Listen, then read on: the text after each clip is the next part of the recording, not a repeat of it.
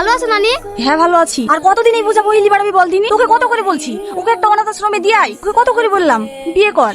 যা কিছু ছিল সবই তো বেঁচে কিনে শেষ করে ফেললি। এই ছেলে যদি তোকে না দেখে ভবিষ্যতে ভিক্ষা করে খেতে হবে। তোমাদের বাড়ি আসলে তোমরা শুধু বিয়ে কর বলো। যদি এরকম বলো আমি আর কোনোদিন তোমাদের বাড়িতে আসবো না। বুলি কি আর সাদে? তোর ভালোর জন্য বুলি। আমার ভালো কাউকে দেখতে হবে না, দেখলে আমার ছেলেই দেখবে। এবার বুঝো, এদের বাড়িতে আর থাকবো না। মেয়েটাকে ভালো কথা বলারও জোনায়।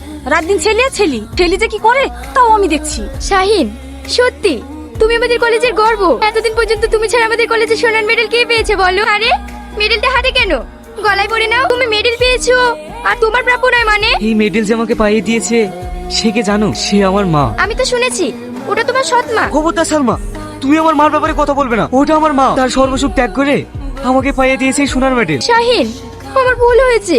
আমি বুঝতে পারিনি তুমি তোমার মাকে এত ভালোবাসো। মা, তোমার জন্য একটা সারপ্রাইজ আছে। তুমি চোখটা বন্ধ করো। কেন রে, চোখ বন্ধ করবো কেন? চোখ বন্ধ করোই না।